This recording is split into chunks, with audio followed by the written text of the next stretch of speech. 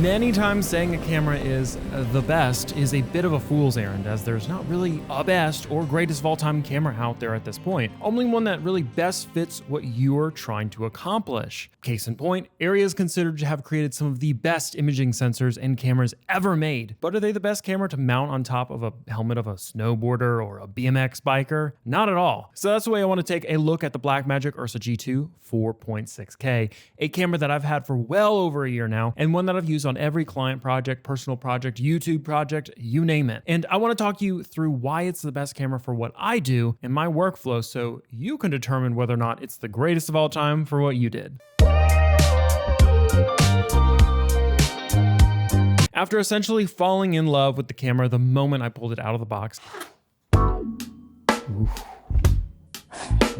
the first time I really got to use the camera was in Alaska on the Dalton Highway and standing on the Arctic Ocean, which is an excellent place to get to test out a new camera. The first thing I noticed during this trip was how fast I would run through my normal 90 watt-hour V-mount batteries on this camera compared to my pocket cameras. I probably got about an hour out of the batteries depending on what I was filming, and this camera does draw a decent amount of power, and rightfully so, as it has a lot of extra connection points and a lot more to cool off than the pocket cameras do, including 2 full-size Phantom Power XLR ports, 2 LCD screens, LANC, broadcast lens control connection, a 1 3G SDI out, 12G SDI in and out, a time code SDI in, and a headphone jack. So yeah, it's got a lot going on there. Internally, it has a 4.6K sensor with 15 stops of dynamic range, the ability to shoot up to 300 frames per second and up to 120 frames per second at 4.6K. So with all of that going on, it makes sense that the batteries will go a bit faster, which is why I have a couple of 200 watt plus hour batteries I'll use. Though a warning about traveling with these on planes is that the FAA has limits on the wattage hours the battery has, so check on that depending on where you live. To be honest, traveling with this camera as opposed to the pocket camera line is actually quite a bit easier in my opinion. Is it heavier? Yes.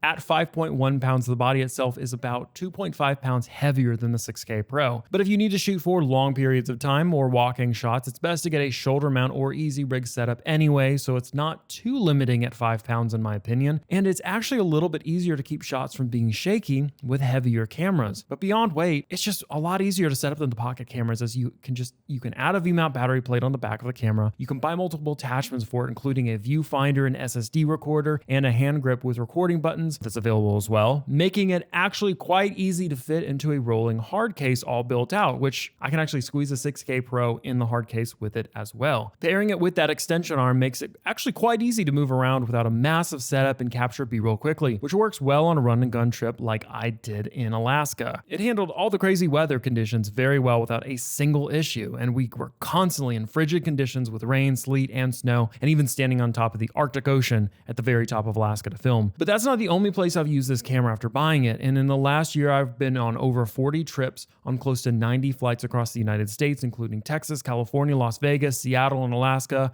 of course, with this camera, and it has withstood a great deal of travel, often in quite rough conditions, and has held up fairly well. I think there is this stigma sometimes about Blackmagic cameras not being reliable because they are encased in more plastic than metal compared to Red or ARRI cameras, or even Sony cameras. And to be honest, I've never had any issues with any of the Blackmagic cameras in this regard being unreliable. In fact, the URSA G2 and the Pocket 6K Pro were both in hard cases that somehow magically opened on a flight where you had to check your carry-on luggage, and they fell out about 8 feet from off the plane where they were unloading them. When they grabbed my bags, the whole case opened up and fell to the tarmac below, and the camera survived with a couple scratches. And besides the 6K Pro having an issue with the internal ND filters for a bit, nothing else was damaged. From all these trips and projects I've worked on in the past year, I began to find myself reaching for this camera the most, as it always produced the best looking image and was always easiest to work with in run and gun situations for myself. And if you doubt me on that, you can't deny the images that have been playing through this video or on our Alaska documentary we linked to below. To me, as someone who stares at footage for hours a week, there's a palpable difference in quality between this camera and the 6K Pro. And with what I do for a living, I'm constantly on the run and have to quickly set up for shoots that don't have a large window to film in. The URSA G2 has helped make that process a lot more efficient and easier to achieve in certain situations. And I'm not saying that there's anything wrong with the pocket cameras or any mirrorless cameras out there, but for $6,000, it's hard to go wrong with this camera that has everything built in that you already have to get with, the pocket cameras or other ones, whether it be internal ND filters or, XLR cable attachments or anything like that.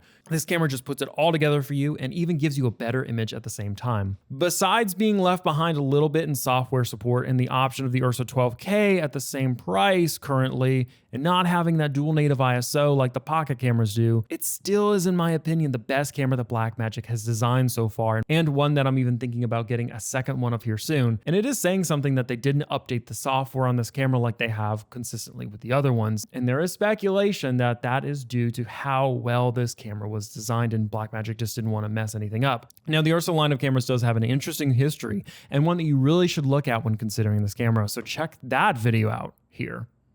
And let us know if you have any questions down below.